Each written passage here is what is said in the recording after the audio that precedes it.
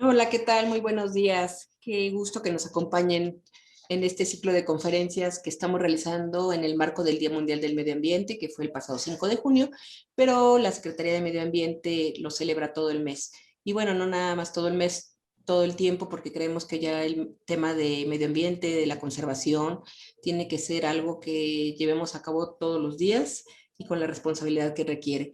El saludo de la maestra Raquel Ramírez Vargas, quien es titular de la Secretaría de Medio Ambiente y Recursos Naturales, y pues el agradecimiento sobre todo de Gobierno del Estado de que se estén sumando a estas actividades de conocimiento y de cultura ambiental. Y hemos traído variedad de temas, todos muy interesantes, relacionados con conservación, relacionados con la biodiversidad, el conocimiento de los océanos, de ecosistemas muy lejanos también de aquí del estado, bueno, no tan lejano, ya estamos a 2 horas y media Ujú. de Tuxpan, pero que nos han dado la oportunidad de ver cómo nuestra acción, aunque sea lejana, tiene impacto en ellos. Y pues todos somos parte de un todo. Y creo que lo estamos comprendiendo cada vez más con la plática de los especialistas que nos traen acá, pues su investigación, su conocimiento científico. Y pues en esta mañana nos da mucho gusto otra vez recibir a un investigador que está allá en España, es hidalguense, pero él está haciendo sus estudios allá en España. Pues buenas tardes para David ahorita, para él. Y me voy a permitir compartir con ustedes su semblanza. Él nos va a hablar de un tema pues también novedoso, nuevo como el de ayer, que nos hablaron también de los baños de bosque. Él nos va a hablar de la psicología en proyectos de conservación y nos lanza la pregunta, ¿cómo te llevas con la naturaleza? ¿Cuál es tu relación con la naturaleza? Entonces, esta conferencia va a estar a cargo del maestro en ciencias David Gómez Durán. Él es licenciado en biología por la Universidad Autónoma del Estado de Hidalgo, es maestro en ciencias en ecología humana por el Centro de Investigación y de Estudios Avanzados del Instituto Politécnico Nacional, tiene un máster en biología de la conservación por la Universidad Complutense de Madrid, hizo su proyecto de investigación en actitudes, motivaciones y satisfacciones de los turistas hacia los delfines, en la presentación del Loro Parque, Tenerife, España. Ha participado en actividades de monitoreo de fauna y de educación ambiental en proyectos de conservación de mamíferos terrestres y voladores del Parque Nacional Los Mármoles y la Reserva de la Biosfera Barranca de Mexitlán, Hidalgo. Eh, Ha participado en talleres para niños, ha dado una buena cantidad de ponencias y ha realizado publicaciones como las relaciones humano-delfín y el turismo, estudio de caso en la Riviera Maya y Educando para Conservar, que fue presentado en el primer Festival Estatal de Murciélagos de Hidalgo, México. Hace rato conversábamos fuera de la transmisión y recordábamos el festival que tuvimos de murciélagos aquí en el Parque Ecológico Cubitos y que pues esperemos volver a repetirlo ahora que ya las condiciones de salud nos los permitan, porque realmente fue una experiencia bien, bien bonita estar en relación en la noche aquí en el parque y tratar de avistar a los murciélagos con los especialistas como David, como Melanie, que estuvieron ese día con nosotros. Y la verdad que se rompieron muchos mitos. Estuvimos más de 150 personas aquí reunidas en el parque como a las 11, 12 de la noche. Fue una experiencia muy, muy bonita. Ojalá la podamos repetir. Y por eso es el objetivo de estar en una vinculación en comunidad con los científicos, con los especialistas sobre los diversos temas. Y bueno, pues ya sin más preámbulos, le voy a ceder el uso de la voz al maestro en ciencias David para que inicie su presentación. David, adelante, y yo si hay participaciones, te las leemos, o si no, al final también te compartimos lo que piensa y lo que opina el público. Adelante, David. Ex- Excelente, muchísimas gracias, Irma. Y por supuesto, muchas gracias por la invitación a colaborar de nuevo con ustedes y por dejarme acercar esta experiencia con ustedes, que es la investigación. Y pues bueno, voy a compartir la pantalla. Agradecería si me pueden decir si se ve la presentación ya. Sí, David, ya se está viendo. Excelente. Muy bien, pues bueno, vamos a comenzar. Y quiero iniciar con esta pregunta. ¿Cómo te llevas con la naturaleza? Justamente vamos a ver cómo es que para la conservación es muy importante explorar y reconocer cómo es que nos relacionamos con la naturaleza. De eso no solo depende describirlo o tener conocimiento, sino que de eso se pueden generar estrategias para llevar a los mejores comportamientos que permitan que se preserve por mucho más tiempo y para las siguientes generaciones, que al final es uno de los objetivos de la conservación, ¿no? Entonces, pues lo vamos a explorar a partir de la psicología y que, bueno, es la psicología de la conservación en específico, que es algo un poco nuevo, en realidad es nuevo. Y bueno, me gustaría comenzar poniéndonos en contexto de qué es el ser humano, qué es la vida, eh, cómo es que aparecimos y cuánto tiempo llevamos en este planeta. Y aquí les muestro una línea del tiempo muy sencilla con unos puntos que podemos todos reconocer fácilmente, pero que nos van a ayudar a recordar el tema temporal, ¿no? La escala de tiempo. Resulta que nuestro planeta, después de que ocurrió el Big Bang y todas las partículas y todas las formas de materia se fueron juntando en algunos lugares y otros, nuestro planeta Tierra se formó hace 4.600 millones de años. MA significa eso, millones de años. Eh, la verdad es que es impresionante, ¿no? Cómo es de antigua nuestra Tierra, nuestro planeta. Y bueno, no sé si ustedes se han preguntado en algún momento de filosofía qué es la vida, ¿no? Y cómo la describirían o qué se considera un ser vivo. Resulta que para los biólogos, un ser vivo es el que tiene, de manera muy, muy general, que tiene tres elementos. Primero, que tiene moléculas de la vida, que son los carbohidratos, las grasas, los ácidos nucleicos y las proteínas. En segundo, es que tiene un metabolismo, es decir, que estas moléculas se, se mueven y se modifican para generar energía o generar otras moléculas. Y por último, que otra característica de los seres vivos, pues es de que se pueden reproducir, pueden dejar descendencia. Entonces, los primeros organismos que tuvieron estas tres características aparecieron hace 3.500 millones de años. Y como lo vemos aquí en la imagen, pues son seres muy simples. En comparación con nosotros, son seres muy, muy simples, que de hecho no había oxígeno en ese tiempo en la atmósfera. Eso ya apareció muchísimo después. Y bueno, se considera que desde estos microorganismos se generó la vida. Después podemos venir platicando sobre que hubo microorganismos que eran fotosintéticos y entonces ya empezaron a oxidar la atmósfera. Después que aparecieron los primeros animales en el océano, que hubo unos animales que llegaron a la Tierra. Y bueno, creo que casi todos reconocemos a los dinosaurios, ¿no? Y es como que de hecho, de los animales favoritos de los niños. Eso también es un tema que podríamos abordar después. Bueno, los dinosaurios se extinguieron hace 65 millones de años, cuando un meteorito cayó en Chicxulub, en la península de Yucatán, y que generó una serie de condiciones en el planeta que fueron totalmente desventajosas para los dinosaurios y provocaron su extinción. Pero con esta situación, los mamíferos que ya existían, pues fueron proliferando.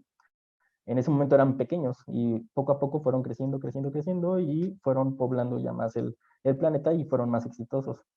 De ahí tenemos que hace 8 millones de años se considera que surgieron los primeros mamíferos homínidos, que son estos mamíferos que ya son parecidos a los seres humanos, que son primates, que ya caminan erguidos en dos piernas y que ya tienen relaciones sociales entre ellos y jerarquías, etcétera. Y bueno, eso ya se considera como que unos ancestros muy cercanos a nosotros. Y bueno, a final de cuentas, el ser humano se considera la especie como Homo sapiens, se considera que surgió la especie hace 200.000 años. Entonces, si se dan cuenta, es una línea del tiempo muy larga y nosotros prácticamente aparecimos ya al final de esta línea, somos lo más reciente de toda la historia de nuestro planeta. Sin embargo, hemos sido muy prolíferos y hemos sido un componente de la naturaleza que se ha caracterizado por procesos de pensamiento muy complejos que lo hacen adecuarse cada vez más ante las situaciones que nos pone la naturaleza. Ahora bien, vamos a ver cómo es el humano en la Tierra, pero utilizando los recursos naturales. Los vestigios paleontológicos del primer ser humano son de hace 200.000 años. Sin embargo, ya como ser humano, como digamos, agregaciones sociales e incluso culturales, pues tenemos que hace 20.000 años antes de Cristo, los seres humanos eran cazadores recolectores, es decir, eran nómadas que cazaban animales y de eso se alimentaban, que colectaban frutos, que trepaban árboles, etcétera. Fue hasta el año 10.000 antes de Cristo, más o menos, aproximadamente, que ya se generó la agricultura. Y entonces es cuando el ser humano ya deja de ser nómada y comienza a ser sedentario, ya se establece en ciertos lugares para cultivar ciertas plantas de las cuales se nutría. Y esta característica, pues, ha sido muy importante porque desde entonces nosotros tenemos agricultura.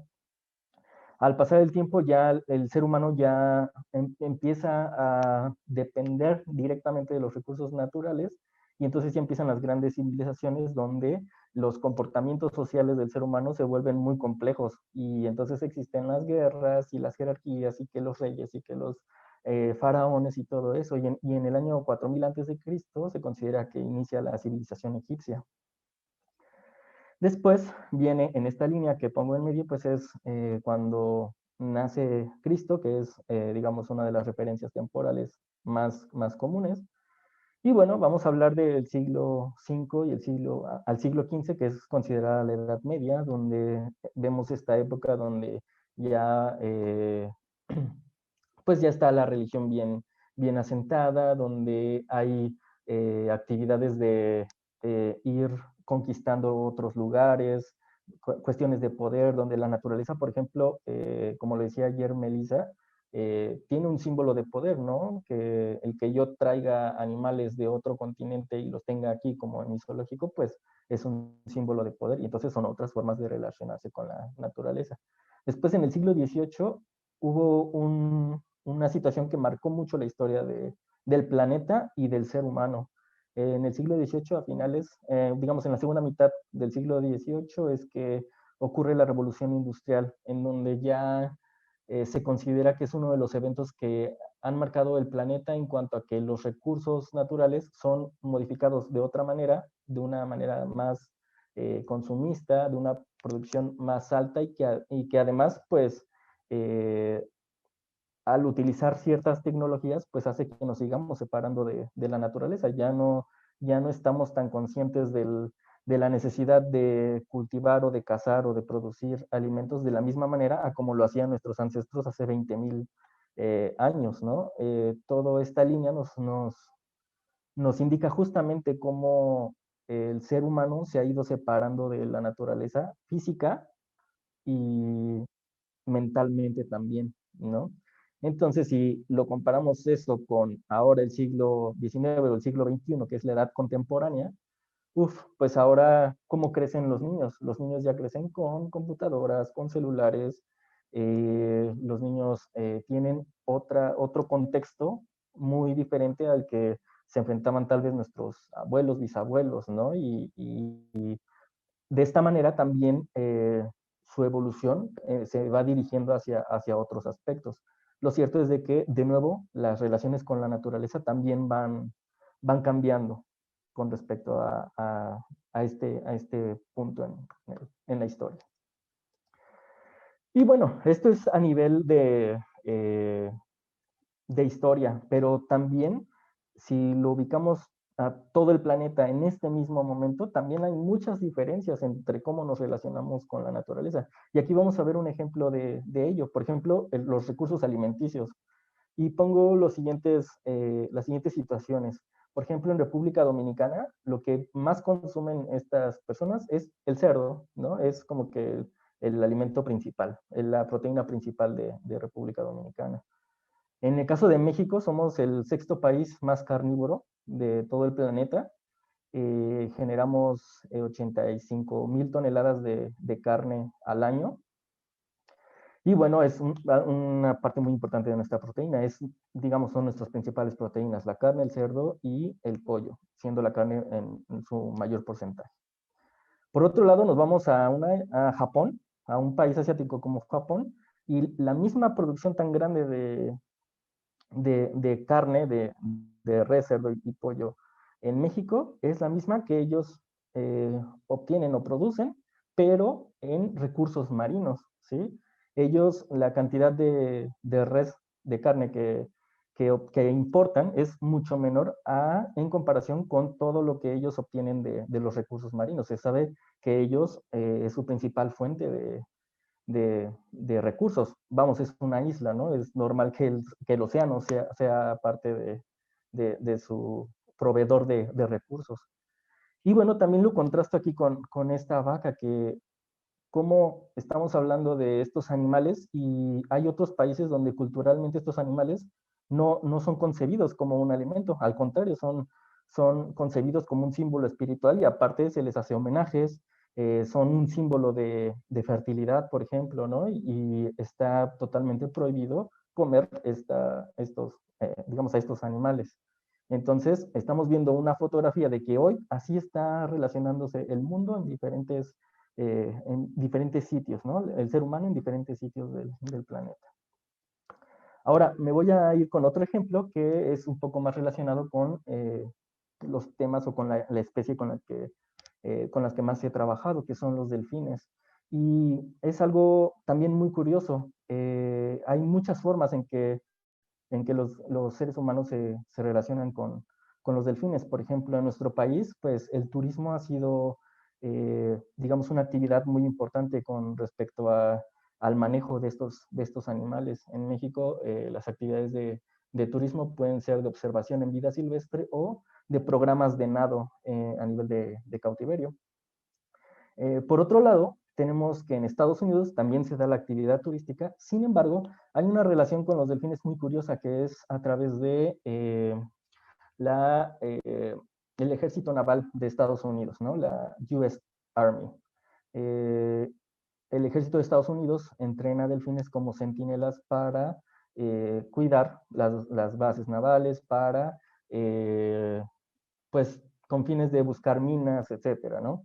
Esto es algo muy, muy sabido, no es algo que estén escondido ni nada, es una actividad que está muy bien publicada y se sabe perfectamente. Además de delfines, tienen orcas y lobos marinos también realizando actividades militares. Y bueno, de hecho, también han apoyado a la conservación. En el caso de México, eh, los delfines que fueron entrenados en Estados Unidos, en la parte militar, son los que en algún momento participaron para localizar a las vaquitas en Baja California Norte y tratar de llevarlas a un manejo controlado de cautiverio para protegerlas ante la situación tan extrema que hay de extinción de esta especie, ¿no? Entonces, pues bueno, también han tenido ese tipo de tareas. Después nos vamos a Brasil, donde la relación con los delfines es un poco diferente, donde los pescadores en algunos sitios de Brasil trabajan con estos animales para obtener el recurso. Resulta que en estas aguas que son muy turbias, los pescadores por sí solos no podrían tener el recurso. Lo que hacen los delfines es de que en grupo llevan al cardumen de peces hacia la orilla, donde ya están los pescadores listos con las redes, y generalmente el macho alfa avisa a los pescadores que ya están ahí los peces para que en ese mismo momento avienten las redes. Y de esta manera ambos se ven beneficiados. Por un lado, los pescadores tienen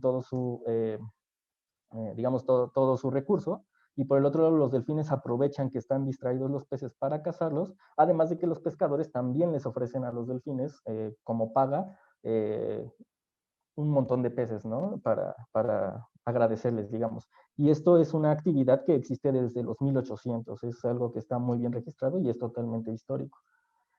Y por último, regresábamos a Japón otra vez, donde, como les decía hace rato, los recursos marinos son muy importantes para ellos y la carne de los cetáceos también es muy importante para ellos, incluyendo los delfines.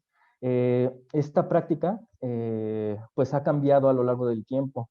Para los 60 los japoneses al año cazaban cerca de 230,000 toneladas de cetáceos en un solo año. Ahora ya ha bajado toda la actividad por cuestiones generacionales y de salud, porque estos animales pueden tener mercurio en sus músculos.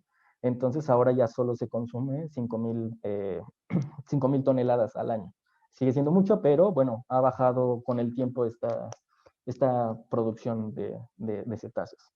Y volvemos a lo mismo, no se valora de la misma manera un delfín en México para el turismo que un delfín por un pescador en Brasil, que un delfín en Japón para consumo. Son valores totalmente distintos en un mismo momento. Ahora bien, dentro de todo este marco y de que hay diferentes formas de relacionarnos con la naturaleza y con sus elementos, pues, ¿a qué nos enfrentamos en este momento? Primero, a una sobrepoblación.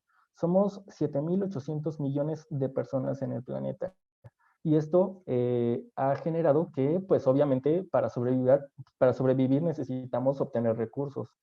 Entonces, esto ha generado cierto impacto por obtener esos recursos, ¿no? Por las formas de obtenerlo, pero también por sobre la explotación desmoderada, ¿ok? No solo es que se obtengan, sino que también se está desperdiciando mucho esos recursos. Entonces, a lo largo del tiempo, digamos en los últimos 100 años, 50 años, pues esto ha provocado una verdadera crisis ambiental. Y bueno, es ante esta crisis ambiental que un grupo de científicos se reúnen y empiezan a tratar estos temas ecológicos, estos temas de cómo se afecta a la naturaleza, pero también cómo la naturaleza empieza a afectarnos a nosotros, ese desbalance en los ecosistemas también nos empiezan a afectar. Y entonces surge la biología de la conservación, que no es más que el esfuerzo desde la ciencia para generar estrategias que permitan que se preserven la biodiversidad específicamente. Si esa biodiversidad se, se es vista como un recurso, bueno, entonces lo vamos a tratar desde el aspecto de la sostenibilidad. Entonces, como sea, están totalmente relacionadas y como les decía, la conservación viene desde la ciencia. Entonces, no es de que haya aparecido la conservación y ya desde ahí solo haces investigación en conservación. No, al contrario, todo el conocimiento y toda la información que se fue generando sobre la conservación proviene de otras áreas. Es decir, la conservación es una ciencia multidisciplinaria, ¿no? Y entonces los aspectos o las ciencias que contribuyen a la conservación pues son la evolución, la genética, la biología del comportamiento, la ecología, el manejo de los recursos naturales, la ecofisiología, la ingeniería ambiental o incluso la fisiología. Y cuando se concibió este concepto, pues se decía, ok, bueno, la conservación es una llamada de atención ante la crisis ambiental. Pero entonces el ser humano es el problema, el que está causando todos estos problemas ambientales. Pero también son, de manera de esperanza, son la solución. El ser humano es la solución. Entonces, en el concepto de conservación, tenemos que incluir al ser humano. Sin embargo, con el paso de los años hemos visto que aún estamos un poco, digamos, débiles en los aspectos sociales con respecto a la conservación. Parece que estamos muy conscientes ya de que existe esta crisis ambiental, sin embargo, las estrategias no siempre son exitosas o no se han tenido los resultados esperados. Por ejemplo, los objetivos del milenio que se han ido evolucionando hacia los objetivos del desarrollo sostenible porque no se llegó a las metas de conservación eventualmente. Entonces, parte de esto es porque, ¿dónde queda lo social? Porque no se ha generado mucho conocimiento desde el aspecto social y sobre todo no ha interactuado las ciencias sociales con las ciencias ambientales para poder generar las mejores estrategias de conservación. Es entonces que surge la psicología de la conservación. Es una ciencia también muy reciente. se considera ya como concepto que surgió en el 2003, es súper joven, y bueno, esta ciencia pues se va nutriendo de los conocimientos de otras áreas de las ciencias sociales y antropológicas.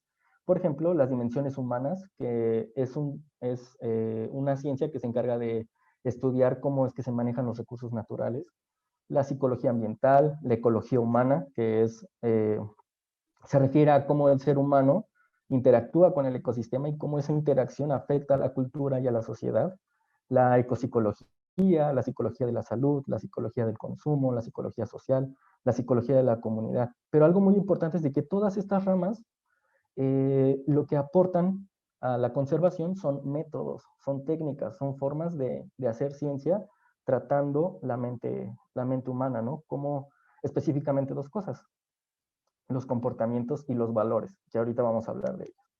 Entonces, la psicología de la conservación se define como el estudio científico de las relaciones de los humanos con el resto de la naturaleza con el fin de promover la conservación y la sostenibilidad.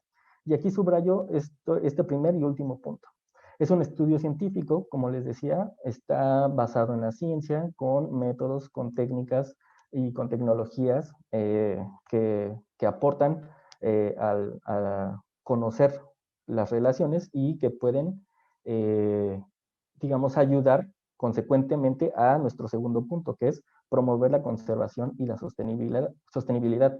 Es decir, que una vez que yo tenga ese conocimiento, lo tengo que aplicar directamente para asegurar que se esté generando bien la conservación. Y esto es algo muy novedoso de esta ciencia, que el fin último no es generar conocimiento como otra ciencia, el fin último es generar estrategias y no es psicología de la conservación hasta que tú no tengas una estrategia que pueda ser evaluada y que al final puedas decir, sí, esta estrategia fue buena o fue mala.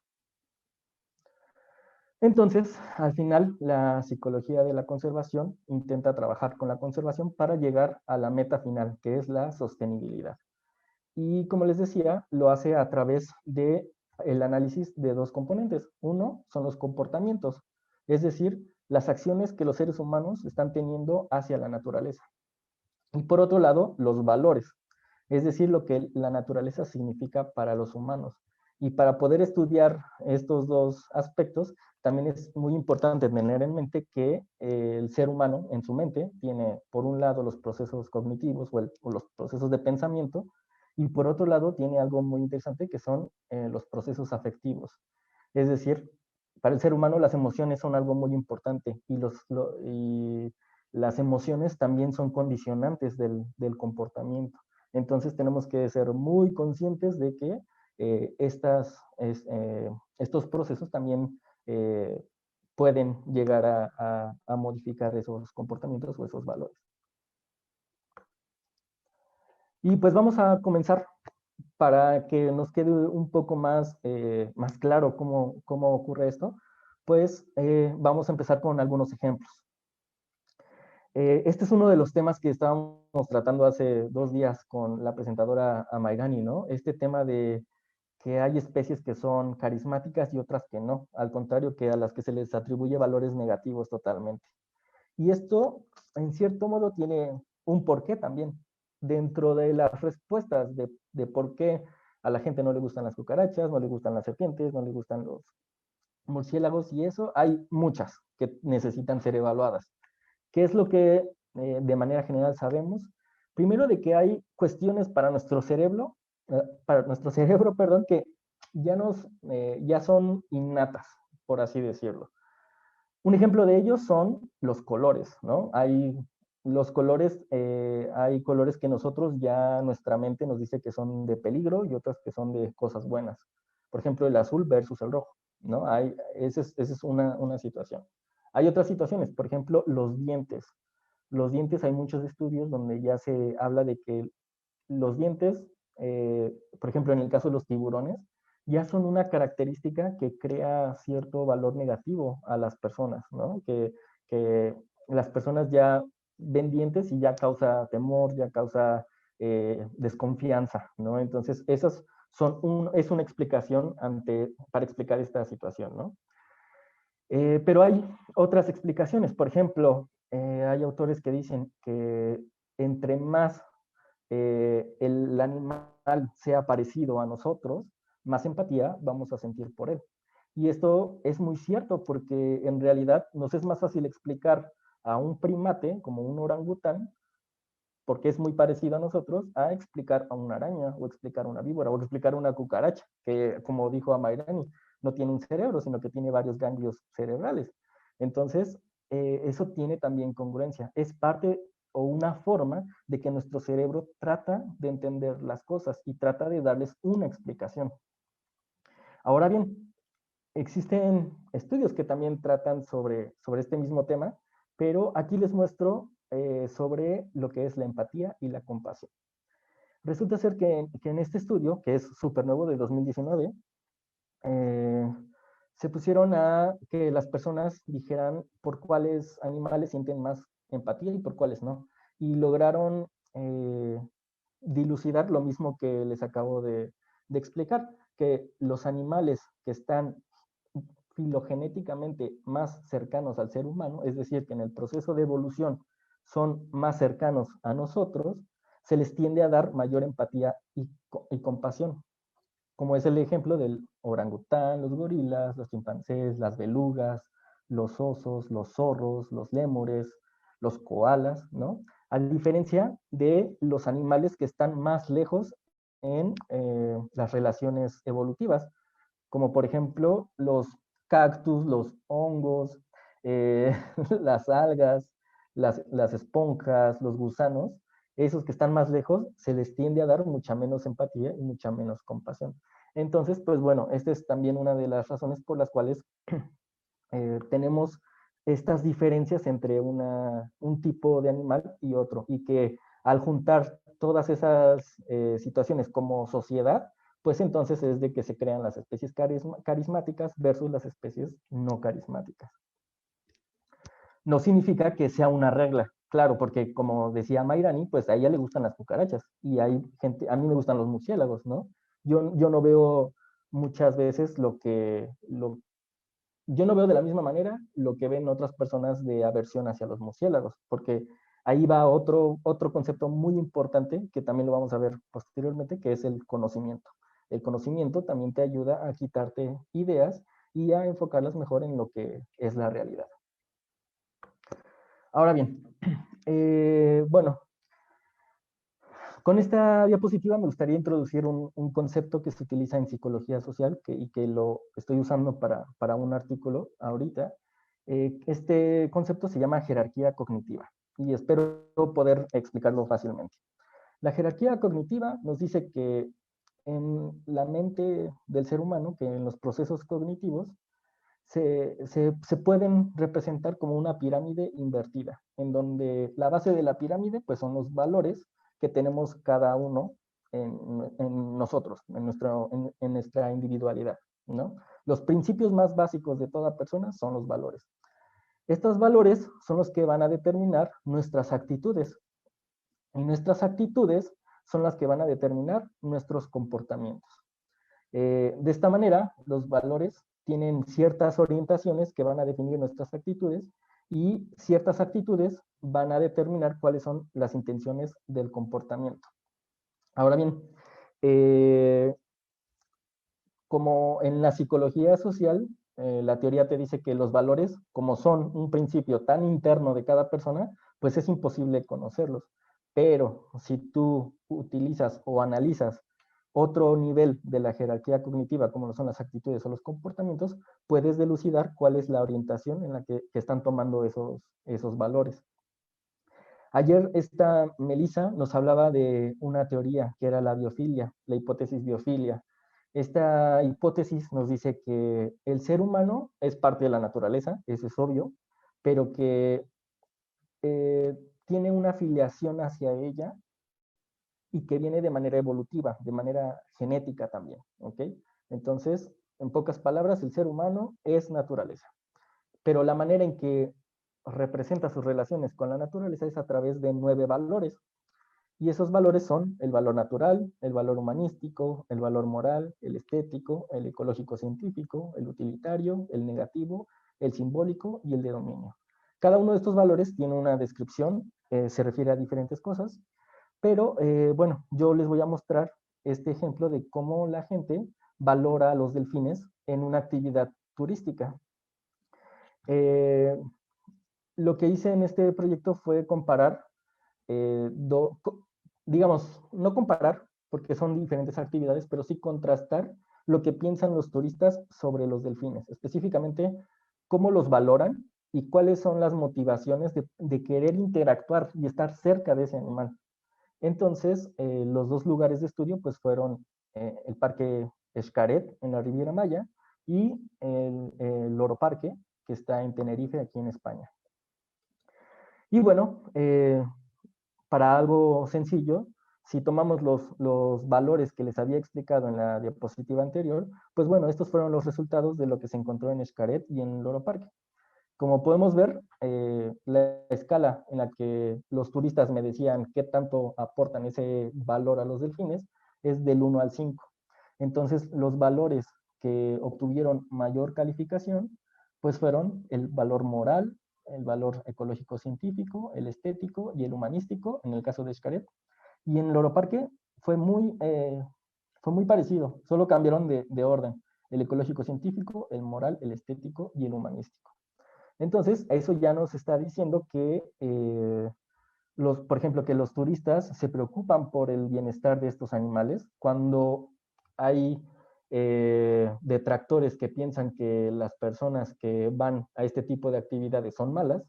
Pues bueno, aquí nos está diciendo que el principal valor que le están dando a estos animales es el moral, que ellos no realizarían esta actividad si ven que el animal estuviera mal, ¿no? Si como ven que los animales están bien cuidados, gozan de bienestar, etcétera, pues entonces consideran la actividad como positiva. Y eso nosotros también lo sabemos por las satisfacciones que también ellos nos hacen saber en las entrevistas.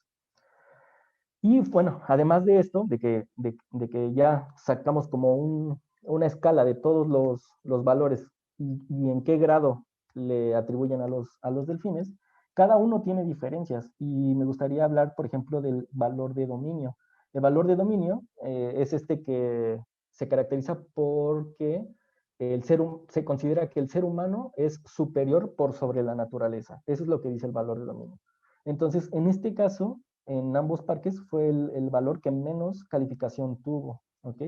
Pero si analizamos solo el valor de dominio, también encontramos diferencias entre dos cosas. Uno, la generación, y otro, si se es hombre o mujer, el género. ¿A qué voy con esto? Que los hombres tienden a dar más el valor de dominio a los delfines que las mujeres. Y por otro lado, los jóvenes son los que dan menos este valor a los delfines y las personas más viejas son las que califican con mayor puntuación este tipo de valor. Entonces, todo esto es porque nos ayuda a entender cómo se relaciona el ser humano con los delfines, pero también es la pauta para poder compararlo con otras personas.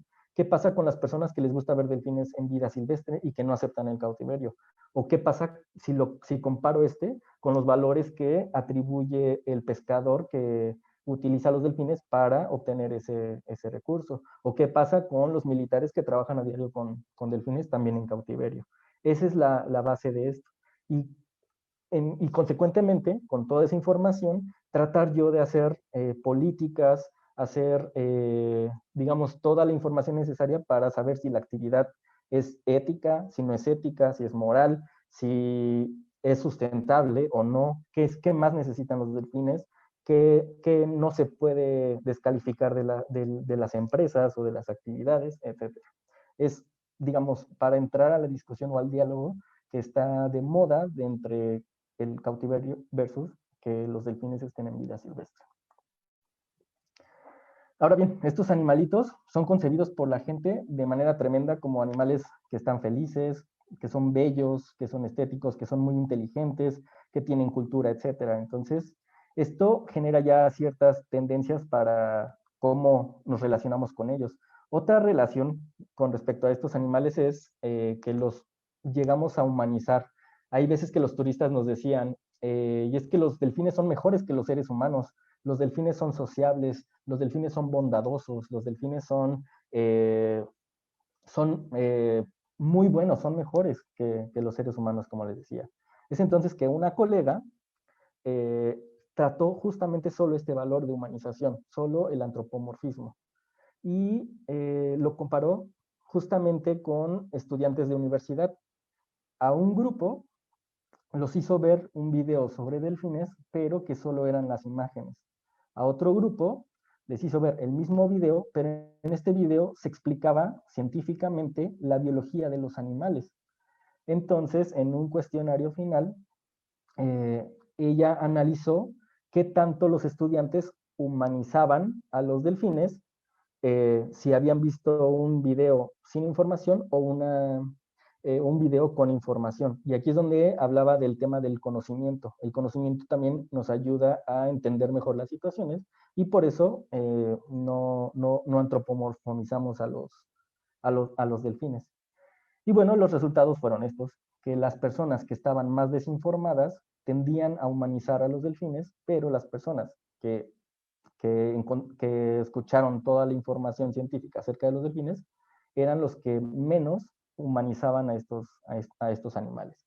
A todo esto, la humanización o el antropomorfismo es una forma en que el ser humano le atribuye características humanas a los animales. Y entonces vemos como los seres humanos a veces les ponen ropita a los perritos, lo que les decía de los ejemplos con los turistas, que piensan que son sociables, que son amigables, que tienen todas las cualidades humanas, ¿no? Pero la información o el conocimiento sí es un punto muy importante en la mente por cómo me relaciono con estos animales. Y les puedo contar una experiencia. Yo vi turistas que decían, ay, el animal vino a saludarme y yo estoy viendo cómo el animal se acercó a ese lugar para hacer del baño, ¿no? O que digan, ay, mira, ese delfín está abrazando a su amigo. Y uno que ya tiene más experiencia sobre estos animales, sobre su comportamiento, sobre cómo es su manejo y sobre cómo es su bienestar, está observando que no lo está abrazando. Para empezar, no tienen brazos, ¿no? Lo que está haciendo el animal es empujarlo para obtener un juguete, por ejemplo. Entonces, eso es algo muy importante, qué tanto conocimiento tienen las personas sobre el animal y de esa manera también es un factor del que depende cómo se relacionan con ellos. Ahora, el humanizar a los animales no es bueno ni malo, simplemente es una forma, como lo decía, de que nuestro cerebro trata de darle sentido o trata de darle una explicación a estos animales. Ahora bien, bueno, un proyecto en el que ahora estoy colaborando, pues es con este animal, que es el tiburón ballena.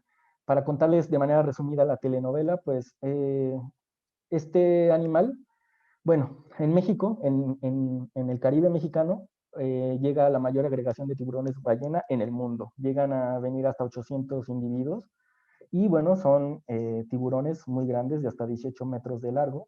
Y la actividad turística es muy reciente, es del 2002. Nació, bueno, la actividad, les digo, es reciente, pero la actividad productiva del lugar era la pesca. Antes del turismo de tiburón ballena, se dedicaban y se dedican hasta ahora a la pesca. Sin embargo, hubo un día en que llegaron unos científicos y le pidieron a los pescadores, oye, quiero ver este animal, llévame a verlo.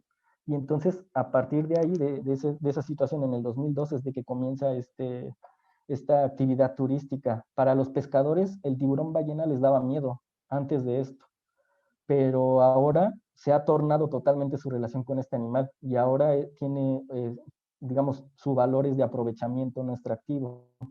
Lo que se puede hacer en la actividad turística es de que se lleva a cierto número de turistas a donde están comiendo los tiburones y tienen la oportunidad de entrar al agua para nadar junto a ellos. Para esto ha habido muchas regulaciones. Ha habido áreas naturales protegidas. De hecho, hay 3 áreas naturales protegidas, una encima de otra, eh, para proteger al tiburón ballena. Sin embargo, su estatus de conservación no ha mejorado para nada. Al contrario, cada vez va en detrimento su estado de conservación, además de que hay otras problemáticas ambientales que aún no se ha evaluado cómo le están afectando, como es la basura, el sargazo en la Riviera Maya, tantos turistas y sobre todo que también hay aspectos sociales, por ejemplo, que hay prestadores de servicios ilegales que no tienen servicios, no tienen permisos de Semarnat, no tienen permisos de Profepa, las autoridades han tenido una baja de recursos y por lo mismo no pueden ir a vigilar si se están cumpliendo esos requisitos o no. Hay quienes entran buceando y está prohibido bucear porque las burbujas afectan la alimentación de estos animales, solo se permite entrar con snorkel, con chaleco, hay quienes no usan chaleco. El caso de toda esta telenovela, pues es de que queremos ahora saber que en este momento, cómo es que los pescadores que realizan esta actividad en cierta temporada, entre mayo y septiembre, valoran a estos animales, si los valoran como un recurso mercantil o si los valoran como un recurso de naturaleza. Al final son pescadores y ellos se han apropiado de la naturaleza de una manera muy diferente a como se apropia de la naturaleza un turista, ¿no? Que no es de ahí, o un extranjero, una persona de otro país que llega a vivir al destino turístico. Entonces, pues bueno, ya después les contaré cómo termina esta situación. Y bueno, para finalizar con estos dos ejemplos, pues son otros de los casos que vemos en México y prácticamente en muchas partes del mundo. La primera es que el conocer cómo las personas se relacionan con la naturaleza nos ayuda a resolver conflictos. Uno de ellos es los conflictos entre los depredadores y el ganado. Aquí en Europa hay osos y lobos y ellos suelen afectar al ganado. En unos estudios de psicología de la conservación encontraron que los rancheros eh, no apoyan los proyectos de conservación, no porque no les importe el animal o las especies protegidas, lo hacen como una llamada de protesta de que cuando fueron realizadas las regulaciones, a ellos no se les toma en cuenta y además se les afecta totalmente. Entonces, ya estamos viendo que es muy importante que el análisis de las relaciones del ser humano con la naturaleza sean antes de generar las estrategias, o de imponer, perdón, las estrategias de conservación. Y por último, tenemos también algo que nos comentaba ayer Melissa, que es este déficit de naturaleza, ¿no? Un síndrome por déficit de naturaleza. Como les decía hace rato, pues los seres humanos cada vez nos separamos más de la naturaleza física y psicológicamente. Entonces, no vemos que incluso en nuestro jardín hay un ecosistema, hay seres vivos y además somos selectivos, ¿no? Sí quiero que haya abejitas y catarinas, pero no quiero que haya lombrices o algún otro escarabajo, ¿no? Entonces, es muy importante que entendamos que en nuestros jardines también hay naturaleza y que hay dinámicas entre el suelo, las plantas y los animalitos que llegan a esas plantas, si son polinizadores, si son animales que ayudan a airear la tierra, por ejemplo, ¿no? Entonces, es muy importante evaluar también en ambientes urbanos este tipo de situaciones. Y bueno, finalmente les quería terminar con esto. Estos son ejemplos de cómo la psicología social nos ayuda también a entendernos a nosotros mismos, ¿no? Y si bien los que hacemos este tipo de proyectos estamos pensando en cuestiones de sociedad, es muy importante retomar que esto también puede llevarse a nivel individual. Entonces, pues les invito a que también hagan estas reflexiones de qué componentes de la naturaleza les gusta más, por qué no. Si no les gusta un componente de la naturaleza, ¿a qué se debe? ¿A un miedo? ¿A que mis papás me lo pegaron? ¿A que es una costumbre en mi país o no? Todo eso, ese tipo de reflexión nos va a ayudar a tener una mejor relación con la naturaleza. Ayer también lo veíamos con Melissa, cómo es bien importante que tengamos este contacto con ella incluso para la salud. Y es por eso que había titulado así esta presentación, que al final de mostrarles estos ejemplos, pues ustedes respondan o lleven a esta reflexión. ¿Cómo te llevas con la naturaleza? Y pues bueno, muchas gracias por la invitación a este espacio. Y aquí pues les presento los medios de contacto de Biohavior, que es la empresa pues a la que estamos afiliados y que llevamos este tipo de temas justamente, ¿no? Para llevarnos de la mejor mejor manera con los animales y con la naturaleza. Muchas gracias. Gracias, David. Si quieres compartir tus datos de contacto, dejarlos en la pantalla por si quiere las personas que están Perfecto. con nosotros contactarte, pues adelante. La verdad que tenemos otro tema muy, muy interesante que estamos compartiendo y me da mucho gusto ver esta otra mirada de la ciencia en relación a la conservación, que posiblemente, bueno, de manera personal la tenía como en un conocimiento empírico, ¿no? O sea, yo decía, hay algo que nos conecta y algo que nos hace, pues, disfrutar y estar en contacto con los animales, con las plantas, ¿no? Pero creo que ahorita este sustento científico que tú nos compartes y que nos compartió también la bióloga de ayer, pues nos da mucho más elementos y nos hace, por lo menos a mí me da más sentido esto de que solamente lo que conocemos es lo que vamos a conservar, ¿no? Porque Totalmente. lo vamos a ver desde otra mirada, ¿no? Desde allí, decías bien, David, ¿no?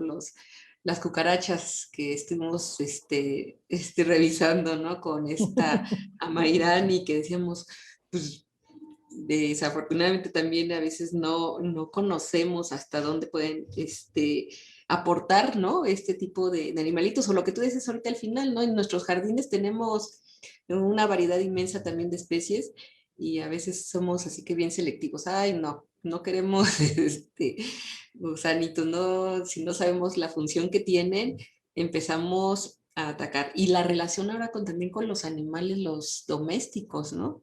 Estaba Así es. recordando un meme, David, que no sé si lo has visto, que dice que levante la mano, que diga a alguien que no se haya despedido de su perro, de su gato al salir, ¿no? De su casa. Claro, Ya claro, claro. tenemos también. Sí, adiós y que no sé qué, que ahorita regreso. Sí, ahorita Entonces, regresé. sí, son buenos, ¿no? Sí, No, no, felicidades, David. gracias. No, pues es que son muy importantes estos temas.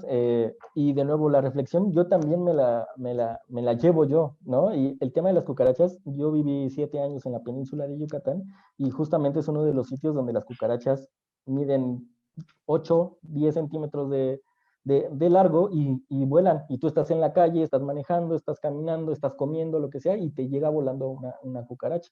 Yo no les tengo fobia, no les tengo miedo, puedo agarrarlas, puedo moverlas y todo, pero en el momento que vuelan, a mí ya me causan como estrés.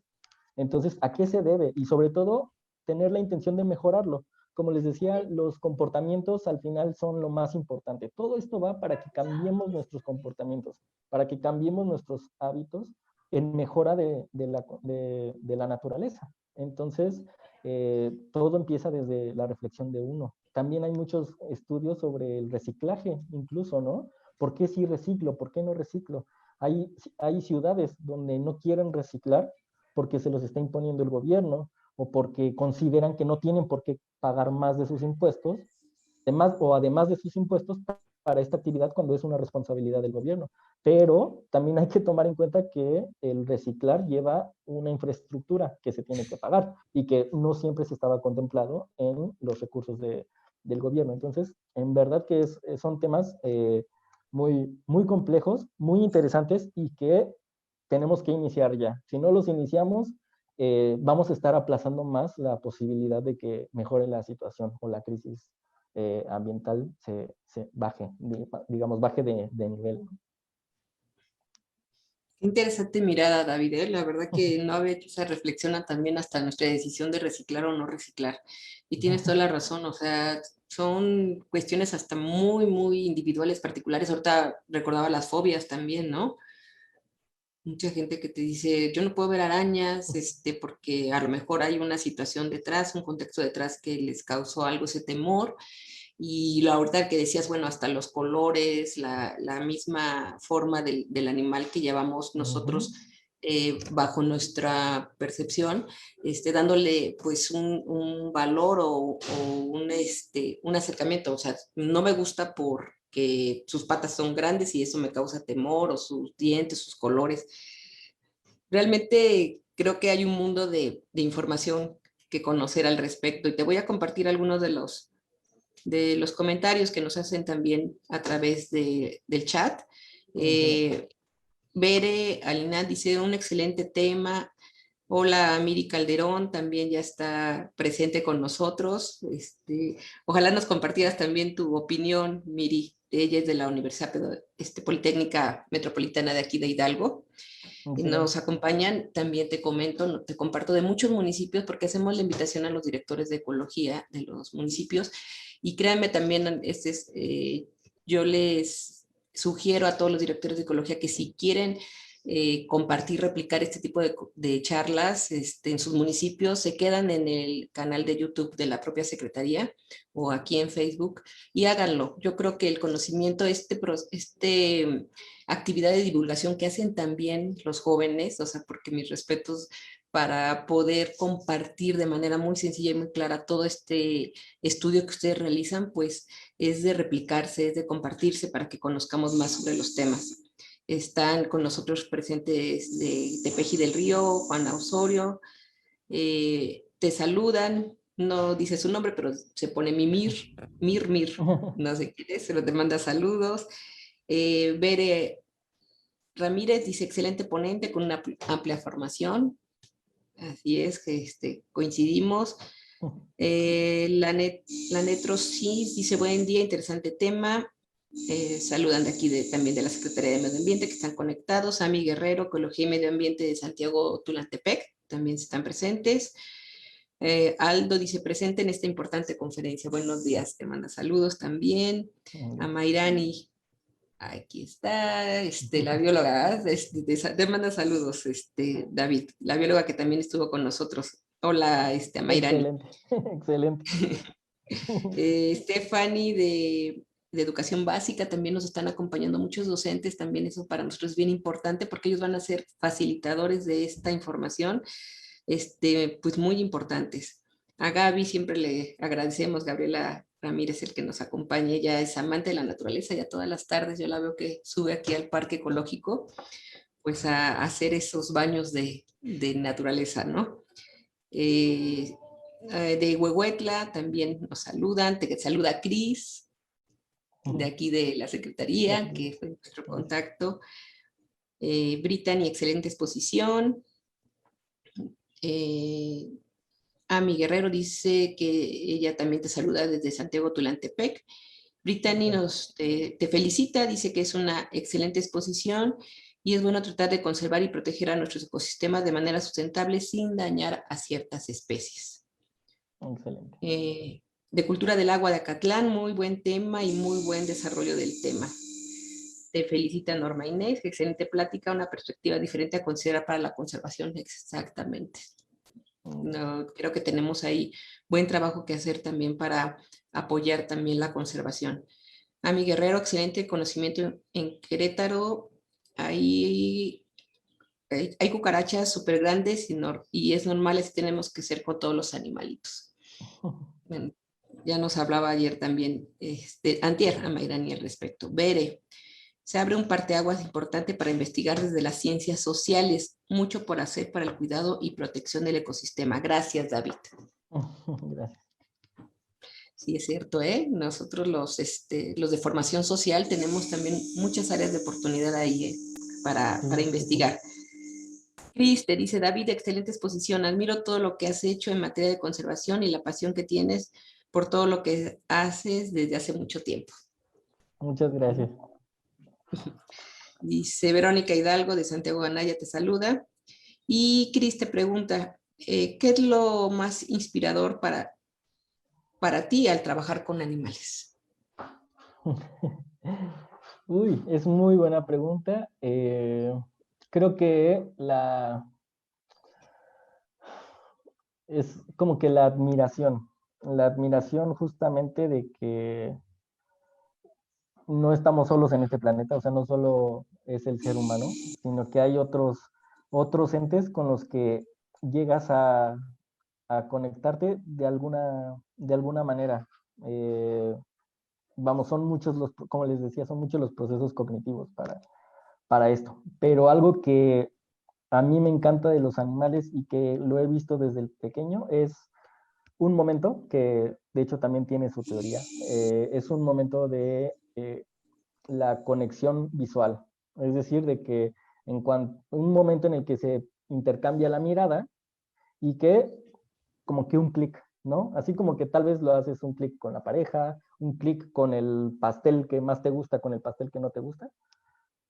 Así haces un clic también con los animales. Y creo que desde chiquito he tenido esos clics con mis mascotas, con los animales que tenía mi abuelita, ¿no? Con los gansos específicamente, cuando son animales que no les gustan a muchos porque son medio agresivos.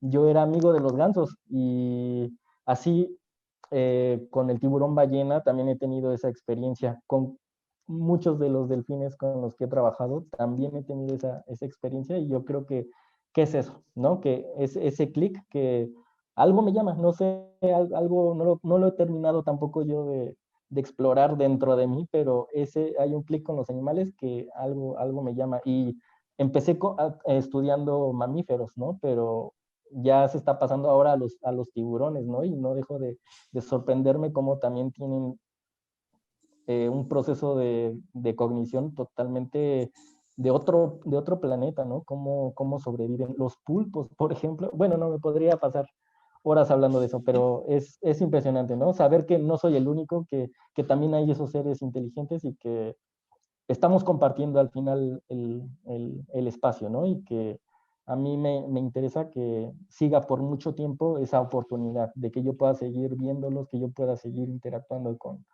con ellos y que las generaciones que vengan también lo puedan hacer, porque no es lo mismo estar con una computadora, un celular o viendo National Geographic o leyendo un libro que tener un contacto más cercano con el animal. Eso también está muy comprobado. Hay escuelas, por ejemplo, que tienen huertos y todo, y la sensibilización con el ambiente es mucho mayor cuando se les está formando y se les está informando acerca de cómo funcionan las plantas, la vida, los animalitos que necesitan las plantas para sobrevivir, porque algún animalito tiene que aerear las raíces, ¿no? Algún animalito tiene que llevar hongos para que hayan procesos de energía, etcétera. Entonces, creo que es eso, que entre más cercanos estemos a la naturaleza, más beneficios vamos a tener y más sensibilización hacia ello.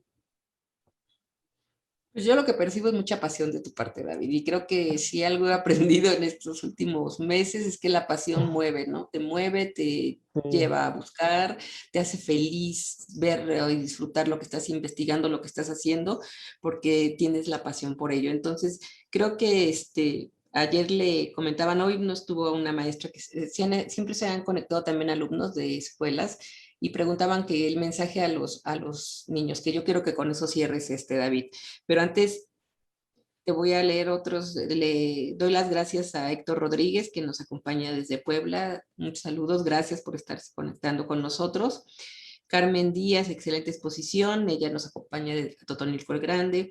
Rodrigo Gutiérrez de Xochatipan dice, qué bonitos temas los que se comparten. Gracias, Rodrigo. Pues adelante, están todos estos materiales en el canal de YouTube de la Secretaría. Pueden compartirlos, ya sea sus personas cercanas o también en sus procesos de educación ambiental en los municipios.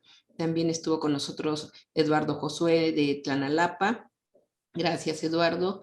Y Lorena González también, que ella se conecta, ella es bióloga también de la Universidad del Estado, dice, excelente exposición, un tema que tiene que ver, tener más divulgación, estoy de acuerdo, todos podemos aportar a la conservación de especies desde nuestros hogares. Coincidimos totalmente. totalmente. A los biólogos, pues les pedimos, divulguemos, hagamos comunidad compartiendo este tipo de pláticas. Gracias, David. Muchísimas gracias. Estás desde España, pero estamos haciendo estos enlaces gracias a la tecnología también. Y pues para cerrar nada más tu mensaje a las nuevas generaciones, a los niños, a los adolescentes que también están definiendo ya después por qué estudiar, qué profesión tener. Y ¿qué les dirías, David? Pues que si es con respecto a la naturaleza, que no dejen de sorprenderse, siempre van a encontrar algo nuevo en ella.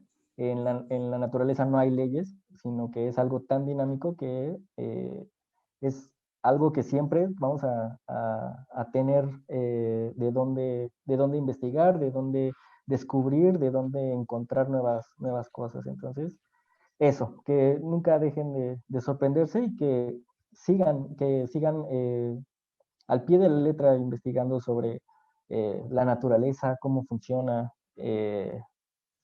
no sé, todo lo que nos provee, incluso, ¿no? Cómo incluso como persona te llena, ¿no? Qué te provee como persona a nivel individual. Y de esa manera se convierte en una pasión. Como el comentario que me dices, Irma, yo creo que de esa manera se, se, se convierte en eso, ¿no? Y es muy grato estudiar este tipo de cosas. Cualquier cosa que te apasione, si es medicina, lo que sea, es muy grato seguir sorprendiéndote, ¿no? Y saber que nunca, puedes llegar nunca a entenderlo todo, pero que el hecho de que estés aprendiendo, te satisface mucho, te llena mucho. Coincido totalmente, David. Y ya nada más, fíjate, me hacen una observación. No vi, disculpa, un comentario de un niño, una pregunta que dice un niño, dice, él pregunta sobre la comunicación entre animales con sus sonidos que emiten. ¿Sí es esto realidad? No sé si se refiere al caso de los delfines. Me imagino, se lo dejó así nada más abierto. Sí, totalmente. De hecho, sí. O sea, son muchos animales los que a través de sonidos se van comunicando. En el caso de los delfines, tienen dos tipos de sonidos. Unos que son de comunicación, digamos, en corto y otras que son la comunicación para ecolocalizar. Es decir, son sonidos de alta frecuencia que les permiten pues ver cómo es el ambiente por completo y que también es parte de la comunicación y de la socialización entre ellos. Es muy interesante. Son muy complejos en su cerebro estos animales y justamente los sonidos y el sistema auditivo es uno de los más desarrollados para estos animales. Sí, ayer nos comentaba también la bióloga que los árboles se comunican entre ellos también, ¿no? Generando ciertas sustancias cuando hay alguna plaga. A mí me pareció sorprendente, la verdad, esta información que nos dio. Entonces, pues sí, estos procesos de comunicación entre las especies se dan y pues tienen que ver con varios factores, ¿no? Hasta de supervivencia. Creo que hemos visto, ¿no? Cuando va a haber alguna tormenta o algo, también entre las mismas aves se comunican, se cambian Exacto. de espacio. Es sorprendente el mundo de la naturaleza. Claro, David, claro. muchísimas gracias, ¿eh? Muchísimas gracias. Un abrazo hasta España, que sigas aprendiendo mucho. Después te vamos a invitar para que nos hables sobre tu investigación que estás realizando sobre estos tiburones.